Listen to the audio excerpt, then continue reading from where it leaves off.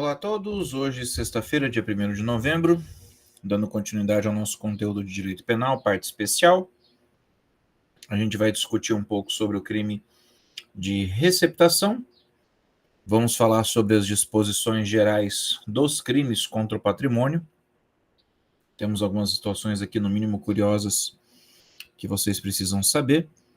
E com isso já fechar mais essa etapa do nosso conteúdo. Antes de iniciarmos, aliás, eu acho que é possível sim também a gente falar rapidinho da violação de direito autoral, já que ele é um crime sozinho ali no título 3, capítulo 1. Os outros praticamente todos foram revogados, já foram de arrasta para cima, até a gente chegar nos crimes contra a organização do trabalho, que a gente pode começar na próxima aula. Então vamos lá. Começando do começo, começando do início, a gente aqui na receptação, artigo 180 do Código Penal. Adquirir, receber, transportar, conduzir ou ocultar em proveito próprio ou alheio, coisa que sabe ser produto de crime, ou influir para que terceiro de boa-fé adquira, receba ou oculte. Vamos lá. Tem alguma coisa nesses verbos aqui que eu já quero que vocês prestem atenção, tá, gente? Adquirir, receber são verbos instantâneos. O crime é instantâneo quando praticado dessa forma, ou seja, o momento consumativo se dá a partir do momento que você adquire ou recebe o produto que você sabe ser produto de crime.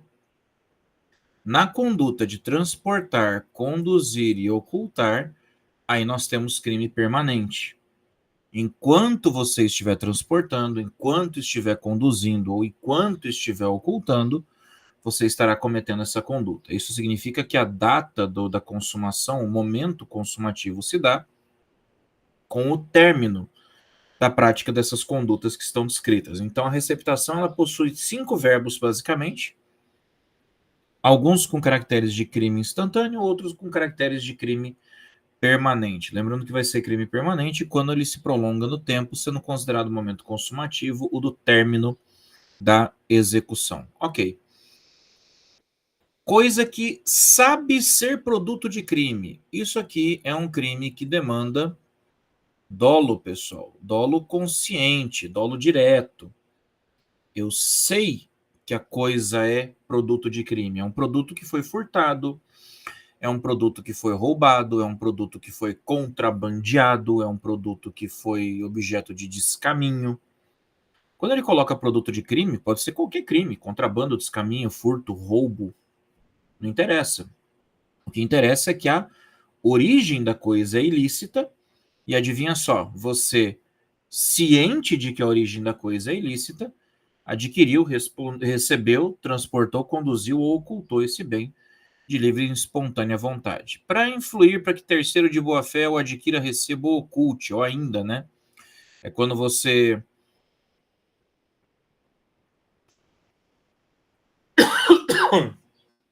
Perdão.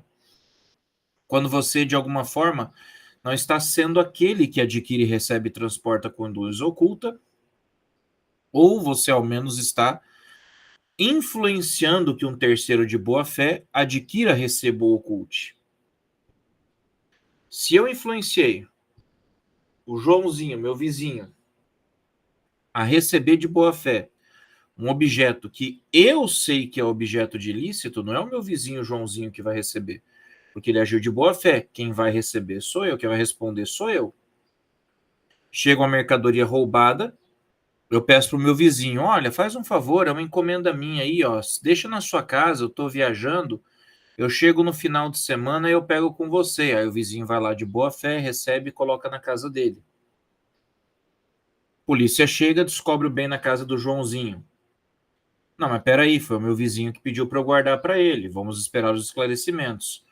Pegam o vizinho, descobre que a história do Joãozinho era verdade, é o vizinho que vai responder. Então, ou eu estou recebendo, adquirindo, transportando, conduzindo e ocultando um bem que eu sei que é de crime, ou eu estou influenciando para que um terceiro de boa fé adquira, receba ou oculte essa coisa que eu sei ser coisa de crime. Primeira coisa que eu quero que vocês lembrem que é importante, tá, pessoal? Aqui nós temos dolo direto. Eu sei que o produto é um produto de crime. Eu sei que a coisa é produto de crime. Eu tenho que lembrar esse detalhe porque isso muda mais para frente, tá? A pena de reclusão de 1 a 4 anos e multa. Pena parecida aí com a de outros crimes que a gente já estudou, como furto, por exemplo. Receptação qualificada. Presta atenção que agora a redação muda, hein? Adquirir, receber, transportar, conduzir, ocultar, os mesmos verbos. E agora ele inclui ter em depósito, desmontar, montar, remontar, vender, expor à venda, ou de qualquer forma utilizar em proveito próprio ou alheio, no exercício de atividade comercial ou industrial, isso aqui é um limitador, indica que somente aqueles no exercício de atividade industrial e comercial podem praticar essa forma qualificada. Deve saber ser produto de crime. Opa, já não estou trabalhando com dolo direto. Se eu estou falando deve saber, eu estou falando de dolo eventual. É o dolo do supor saber. Eu deveria saber. Vamos fazer uma análise lógica aqui. Eu estou falando que a receptação qualificada do parágrafo 1º, ela é focada em atividade comercial ou industrial. O foco é atividade comercial e industrial. Se você trabalha no comércio ou na indústria, você sabe que qualquer coisa que você adquire, para a finalidade que for, tem que vir acompanhada de nota fiscal, de documentação. Documentação que atesta a origem, documentação que atesta que tributos foram recolhidos, a tributação que atesta que o sujeito que vendeu tem a autorização, a licença para fazê-lo. Você tem um comércio, você não vai comprar uma carga de arroz sem nota fiscal para vender. Você tem um açougue, você não vai comprar uma carga de carne sem nota para vender.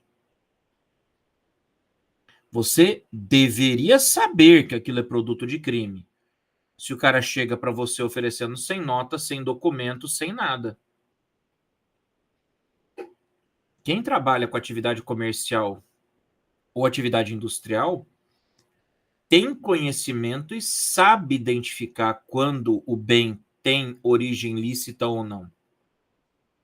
Ele, no mínimo, tem uma noção de como identificar a origem lícita ou não do bem. Ele, no mínimo, tem uma noção. Por isso, dever saber ser produto do crime. Por isso, o dolo eventual aqui no caso. É diferente do caput, que no caput pode ser qualquer pessoa, não é necessário ter um conhecimento específico versado em atividades econômicas para saber que você tem que cobrar um documento que atesta a origem do produto, não. No caput, eu sei que a origem é ilícita, dolo direto. Na receptação qualificada, eu deveria saber. Dever. Por que dever? Por que obrigação? Porque se eu atuo com atividade comercial, se eu atuo com atividade industrial, eu tenho o dever de cobrar documentos que atestam a origem. Eu tenho o dever de verificar de onde veio aquele bem. Eu tenho o dever de saber o que está acontecendo. E muitas vezes os caras não têm. Os caras simplesmente ignoram. Eles ignoram esse dever. Pô, o cara chega com uma carga de carne aqui no meu açougue me oferecendo pela metade do preço. Só que não tem a nota fiscal, não tem a nota do frigorífico, não tem o documento que atesta a origem da carne, não tem selo da Anvisa. Pô, eu deveria saber que tem alguma coisa errada aqui, né? Pena de reclusão de 3 a 8 anos e multa, já que está atuando dentro da área comercial e industrial. Na área comercial e industrial fica muito mais fácil você passar para frente um produto ilegal. Por isso a pena é maior, porque fica mais fácil você se livrar daquela coisa ilícita. Você não fica preso a ela. Na industrial, principalmente, porque na industrial você vai lá e manufatura, você faz os beneficiamentos, você industrializa, você transforma a matéria. Parágrafo 2º. Conceito de atividade comercial, tá, gente? Equipara-se atividade comercial para efeito do parágrafo anterior qualquer forma de comércio irregular ou clandestino, inclusive exercido em residência. Então, olha só. Quando o Código Penal fala no exercício de atividade comercial, olha aí em cima, ó, a gente fica se perguntando, tá, mas o que ele quer dizer com atividade comercial? Não é só o estabelecimento comercial bonitinho com CNPJ, endereço e inscrição estadual, não, meu amigo. Qualquer forma de comércio irregular ou clandestino, inclusive o exercido em residência. Tá? Qualquer forma de comércio, gente. Qualquer forma de comércio. Ah, tem uma lojinha na Shopee. É comércio para fins penais. Ah, eu vendo bolsa em casa. É uma forma de comércio para fins penais. Ah, eu vendo pelo WhatsApp. É uma forma de comércio para fins penais. Ah, eu tenho uma barraca no camelódromo. É uma forma de comércio para fins penais. Não interessa. Qualquer forma de comércio, regular ou irregular ou clandestino, não interessa, mesmo aquele que você exerça pela internet ou pela residência, para fins penais, é atividade comercial. E acabou.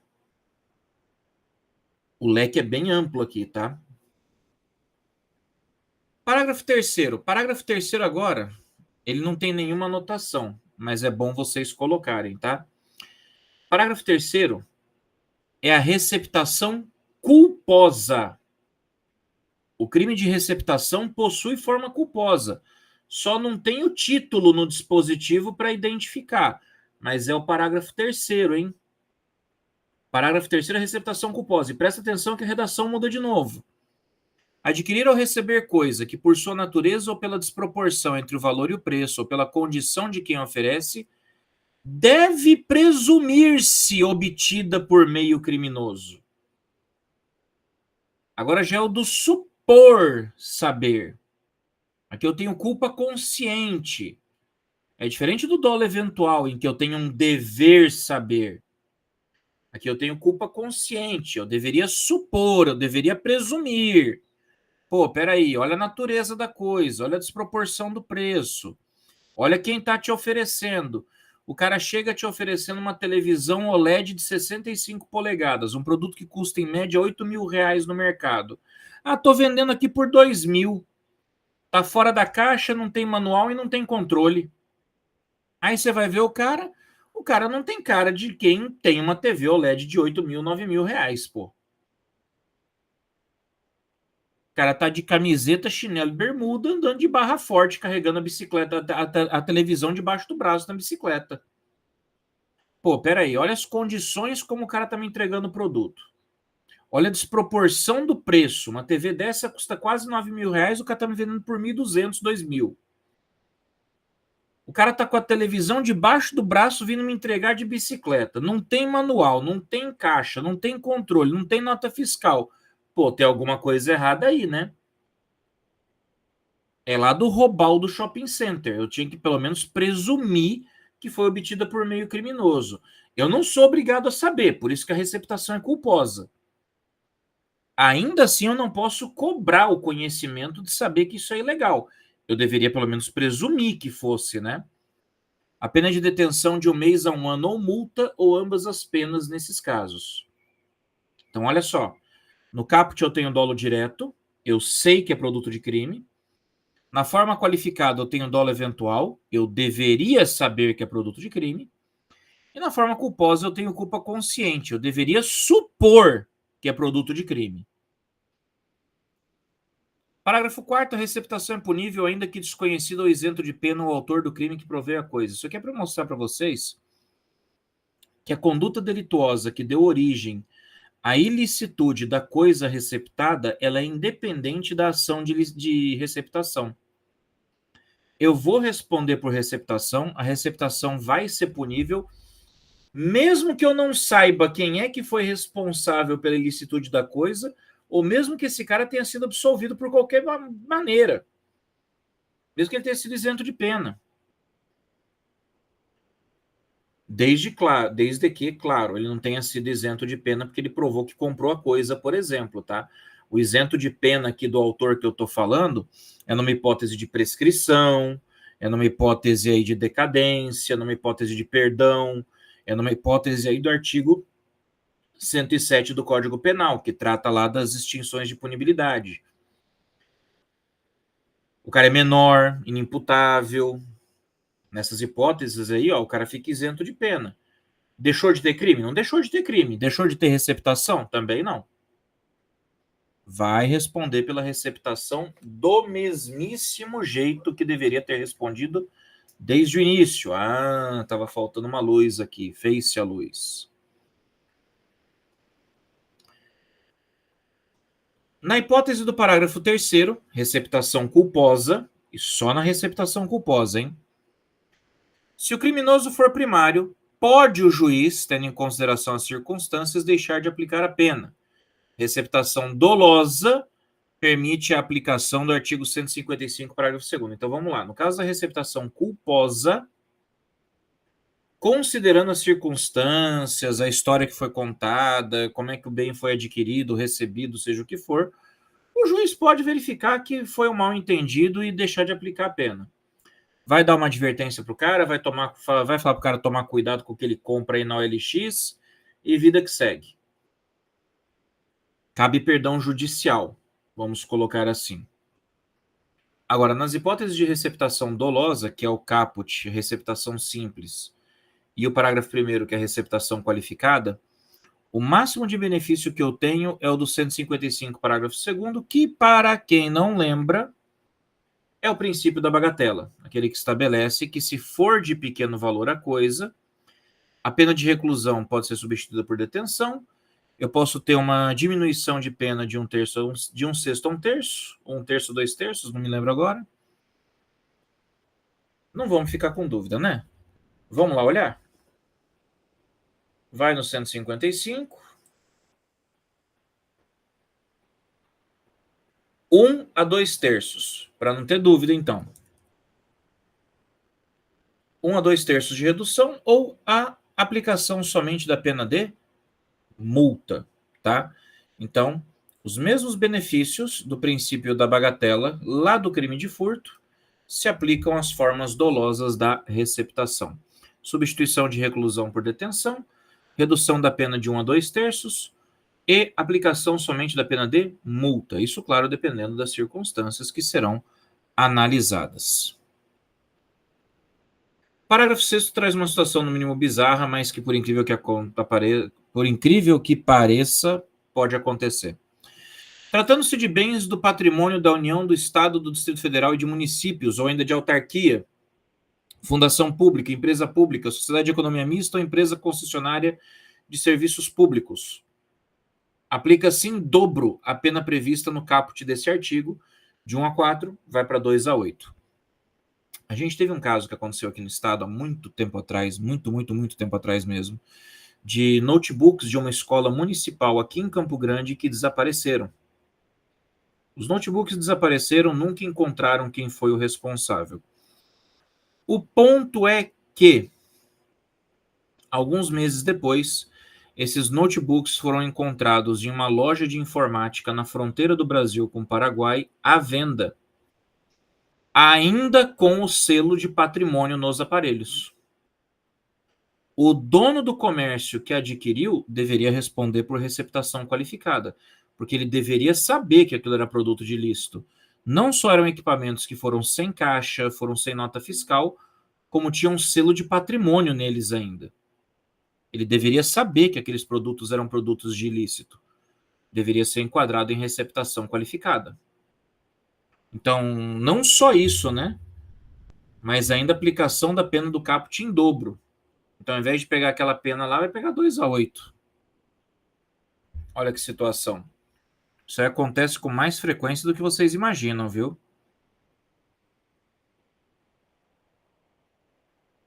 Continuando.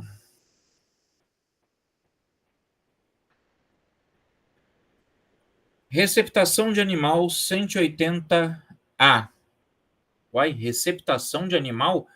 Vocês lembram que lá no artigo 155 tinha o furto de animal? Que a gente até deu o nome de abigeato. Lá no furto, artigo 155, tem o furto de animal em pé ou animal abatido, tá? O lance é: Subtraí esse animal. Peguei uma carga de carne, uma carga de animal, seja o que for. Levei para largar em algum lugar.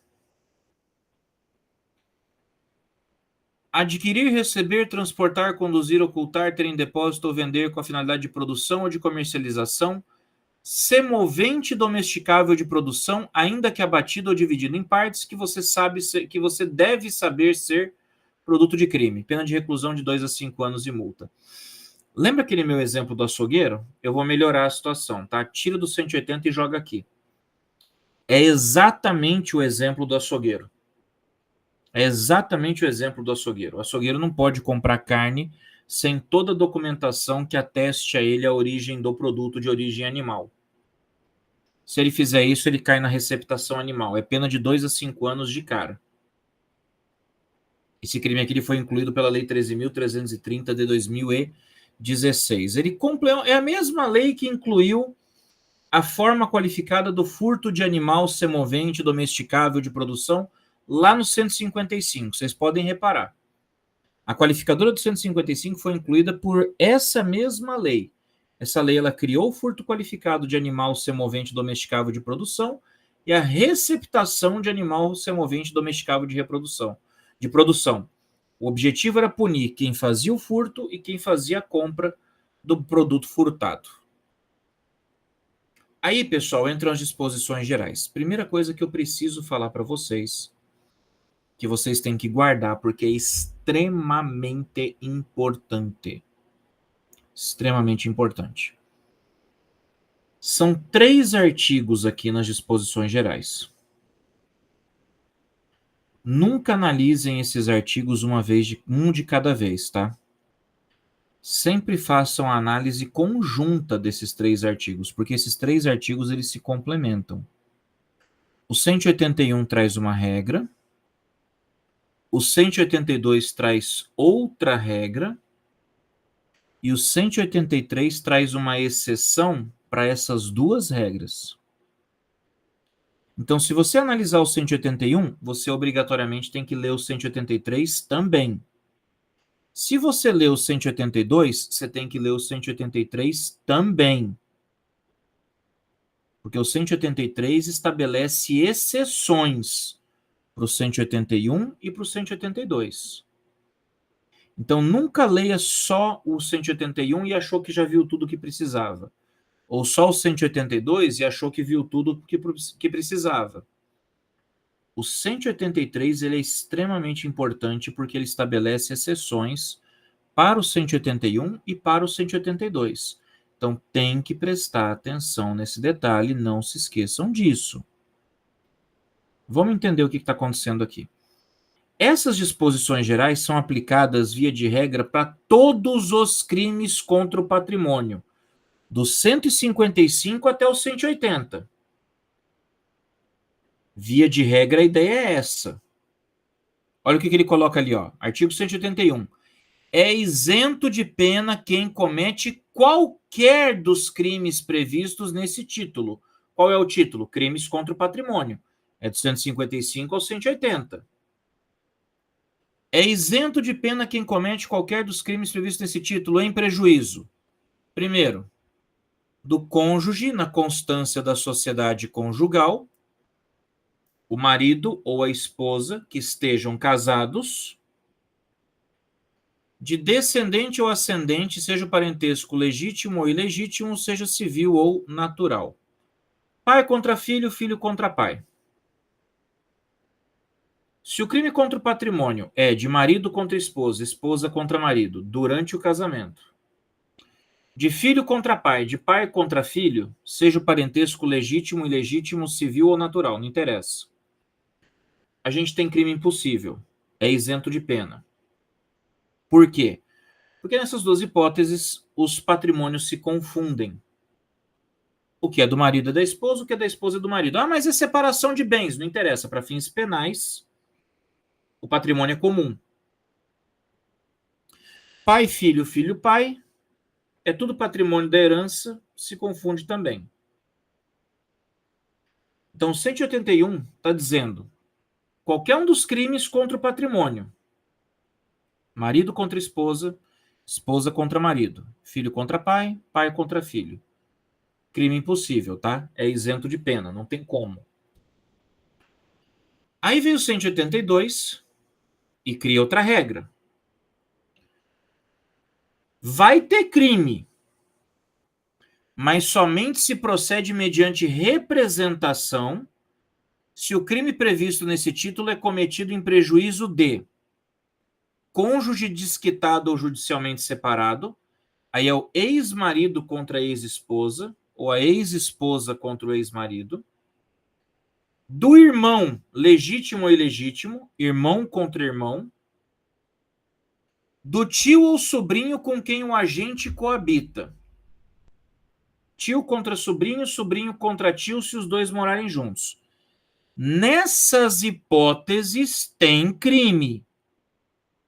Só que a vítima precisa representar contra o autor. Vai ser ação penal pública condicionada à representação. A vítima precisa manifestar o desejo de querer processar o autor do crime. Se a vítima não quiser processar, não tem como o Ministério Público oferecer denúncia. E aí vem a regra do 183. Não se aplica o disposto nos dois artigos anteriores. Se o crime é de roubo ou extorsão, ou em geral, quando houver emprego de grave ameaça ou violência à pessoa, ao estranho que participa do crime, se o crime for praticado contra pessoa com idade igual ou superior a 60 anos. Então, olha só o que eu falei para vocês. O artigo 181 fala: pai contra filho não comete crime contra o patrimônio. Mas se for roubo, comete, porque tem violência ou grave ameaça. Se for extorsão, comete, porque tem violência ou grave ameaça. Se esse pai for maior de 60 anos, comete, porque ele tem idade igual ou superior a 60 anos. Se eu furtar a carteira do meu pai com a ajuda do meu colega de trabalho, eu não respondo por nada. O meu colega de trabalho responde. Ele é o estranho que participa do crime. O benefício não se estende a ele, é pessoal. E a condição pessoal, nesse caso, não se comunica entre todos os agentes. Então, prestem atenção. O 181 cria regras de imunidade. O 182 cria regras de condicionamento da ação. E o 183 vem para dizer que as regras do 181 e do 182 não se aplicam nessas três hipóteses. Por isso que eu falei para vocês, se eu vou analisar o 181, eu sou obrigado a analisar o 183 também, para verificar se a regra não vai ser aplicada. Se eu analisar o 182, eu tenho que analisar o 183 também, para verificar se a regra não vai ser aplicada. Ah, um irmão furtou o outro irmão. É crime de ação penal pública condicionada à representação. Tá, mas e se o irmão roubou outro irmão? Não depende de representação, meu amigo. Se foi com roubo, não depende de representação. O 183 não vai me exigir isso. Então, sempre presta atenção, gente. Sempre presta atenção nesses pequenos detalhes. Aí vem o 183A, que é desse ano, viu? Novinho. Provavelmente vocês não têm no Vademecum de vocês. Então, pega, imprime e coloca no Vademecum de vocês. Foi incluído pela Lei 14.967 de 2024. Nos crimes de que trata esse título, crimes contra o patrimônio, quando cometidos contra as instituições financeiras, os prestadores de serviço de segurança privada, de que trata o Estatuto da Segurança Privada e da Segurança das Instituições Financeiras, as penas serão aumentadas de 1/3 até o dobro. Causa especial de aumento em razão da vítima, tá? Furto, estelionato, seja qual for o crime, se for cometido contra qualquer instituição financeira ou prestadora de serviço de segurança privada, empresa de transporte de valores, por exemplo, empresa de transporte de valores, seja qual for o crime, a pena vai ser aumentada de 1/3 até o dobro. Isso aqui é coisa nova, vocês provavelmente não têm no Vademecum de vocês, então vale a pena vocês ficarem ligados e correr atrás para pegar essa atualização. Título 3, violação de direito autoral. Gente, aqui vai longe, hein? Você que gosta de fazer um downloadzinho aí pela internet, fica ligado. Mas eu vou trazer uma notícia boa para vocês. Prometo. Violar direitos do autor e os que lhes são conexos. Pena de detenção de 3 meses a 1 ano ou multa. Já começamos bem porque a pena é de crime de menor potencial ofensivo. O que seria violar direitos de autor e os direitos que lhes são conexos? São os direitos que estão descritos, pessoal, na Lei de Direitos Autorais. Direitos sobre a exploração da obra, tá? Direitos de licença, direitos de uso, direitos de compartilhamento, de reprodução e por aí vai. Quando você adquire algo, você tem uma determinada conduta que pode ser realizada para que você possa utilizar aquilo de forma legal. Por exemplo, quando você compra um livro, você pode ler esse livro, você pode citar trechos do livro indicando o autor e o título, referenciando, etc e tal. Agora, você não pode plagiar o livro. Você não pode fazer uma leitura pública do livro. Mesma coisa CD de música. CD de música, você compra um CD de música, que é uma coisa que praticamente já está no museu, né? Quem que tem CD de música hoje em dia, meu Deus do céu?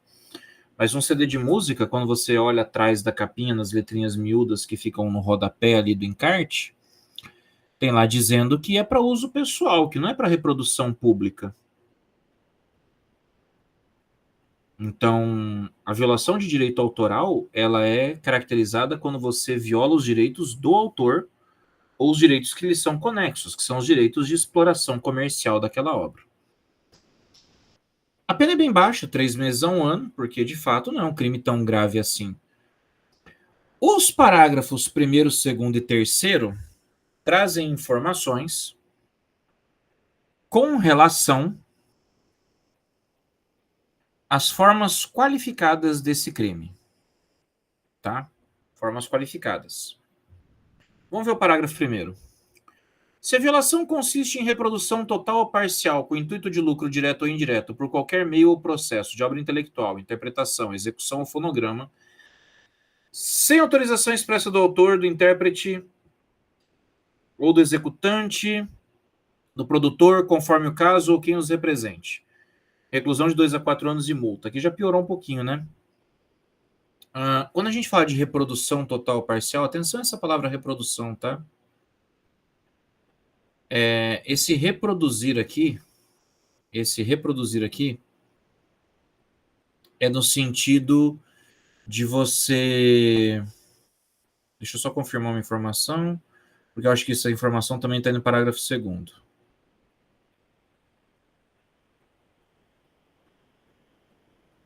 Tá.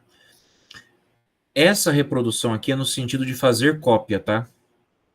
Esse reproduzir aqui é de fazer cópia. Estou falando isso porque aqui embaixo, no parágrafo 2º, você também tem o verbo reproduzir, que já não é no sentido de fazer cópia, é no sentido de você fazer a reprodução, é você dar play, é você tocar um fonograma, uma música, etc. Tocou o alarme. Vamos lá, então. Atenção ao verbo reproduzir, tá, gente? Dentro desse artigo, porque ele vai adquirir diferentes conotações. Aqui em cima, a reprodução total ou parcial que ele está falando é a de cópia. Copiar livro, por exemplo. Fazer cópia de livro, por exemplo. Você não pode fazer isso. Pena de reclusão de 2 a 4 anos e multa. Já no parágrafo 2º, a reprodução é a reprodução de um fonograma, de um filme. É quando você pega um filme que você não poderia vender e você põe à venda. Você não poderia alugar e você põe para alugar. Quando você pega algo que é para uso pessoal e você reproduz publicamente, aí você está fazendo a reprodução pública da coisa. Vai responder com a mesma pena de 2 a 4 anos. Uma das formas de driblar essa aqui do parágrafo 2º é pagando o ECAD. que é o escritório de arrecadação. Se você quer tocar música numa festa, se você quer tocar música num evento, se você quer colocar música numa sala de espera, você tem que pagar o ECAD. O ECAD é um escritório de arrecadação que usa como argumento que a arrecadação é de uma verba indenizatória que é repassada ao artista que estaria recebendo pela reprodução não autorizada do seu fonograma.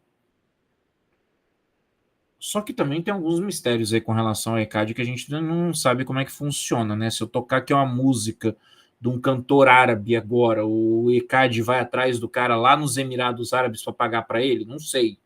Até porque o ECAD nem é um órgão público, tá? Já começa por aí, é um escritório de arrecadação particular. Então, devagar com andor com Santa de Barro.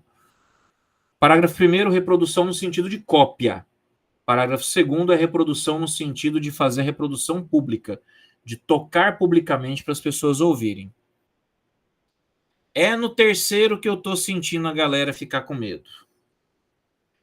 Essa violação consiste no oferecimento ao público, mediante cabo, fibra ótica, satélite, ondas ou qualquer outro sistema, que permita ao usuário realizar a seleção da obra ou produção para recebê-la em tempo e lugar previamente determinados por quem formula a demanda. Sabe o que é tudo isso aqui que ele escreveu? Até a 4ª linha? Até aqui, mais ou menos?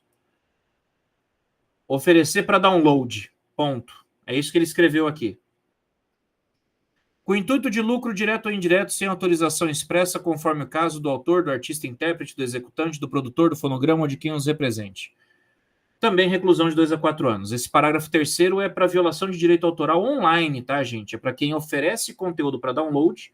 A galera do torrent entra aqui, não se engane não, porque quando você baixa algo no torrent, você automaticamente está fornecendo também. E entra a galera do download aqui também, viu? Você que faz download, você tem que ficar ligado, que você cai aqui também. Pô, professor, mas eu já fiz um monte de download, eu tô cometendo crime, pena de 2 a 4 anos. Vai me pegar mesmo? Calma, vamos devagar com a dor. Parágrafo 4º, a boa notícia que eu prometi para vocês. O disposto nos parágrafos 1º, 2º e 3º não se aplica quando se tratar de exceção ou limitação ao direito do autores que lhes são conexos em conformidade com o previsto na Lei 9.610 de 98. Para quem não sabe, a 9.610 de 98 é a Lei de Direitos Autorais. Nem a cópia de obra intelectual ou fonograma em um só exemplar para uso privado do copista sem intuito de lucro direto ou indireto. Se você copiou só para você, não tem problema. Se você copiou só para você, você não responde pela forma qualificada. Você ainda poderia responder pelo caput, porém. Só que, para sua sorte, são crimes puníveis mediante queixa. A empresa teria que entrar com uma queixa-crime contra você. E, para ser sincero, ela não vai manter um controle aí de todo mundo que já fez download para poder entrar com uma queixa-crime contra. Nós temos operações da Polícia Federal, como a Operação 404, que movimentam muitas autoridades e muitos agentes para pegar quem disponibiliza conteúdo ilegal na internet. Eu recomendo, vou até deixar um material sobre a Operação 404 disponível para vocês terem uma noção. Existem muitas operações de combate à violação de direito autoral rolando na internet há anos já. Há anos. Inclusive nos delegados responsáveis é conhecido meu, delegado Barreto. Ele que toca aí muitas dessas operações hoje. Mas é para vocês verem que isso aqui não é uma coisa que o pessoal deixou de lado, esqueceu. Ah, tá na internet, dá para baixar, dane-se. Não. Direito autoral ele é regulado pela Lei 9.610 e tem crime para quem viola direito autoral. Inclusive, fica a dica para a galera que faz plágio, Ctrl-C, Ctrl-V na hora de trabalho acadêmico. Porque o Ctrl-C, Ctrl-V, se você for observar bem, ele enquadra-se na hipótese do parágrafo 1º do 184, é uma reprodução total ou parcial com intuito de lucro direto ou indireto de uma obra intelectual. Então, o Ctrl-C, Ctrl-V que o cara faz num artigo que ele muitas vezes publica numa revista, ou que ele vai lá e publica num trabalho acadêmico, ou que ele coloca, por exemplo, num livro de sua autoria, isso não é só violação de direito autoral lá da 9.610, não. Isso pode ser enquadrado, inclusive, como crime.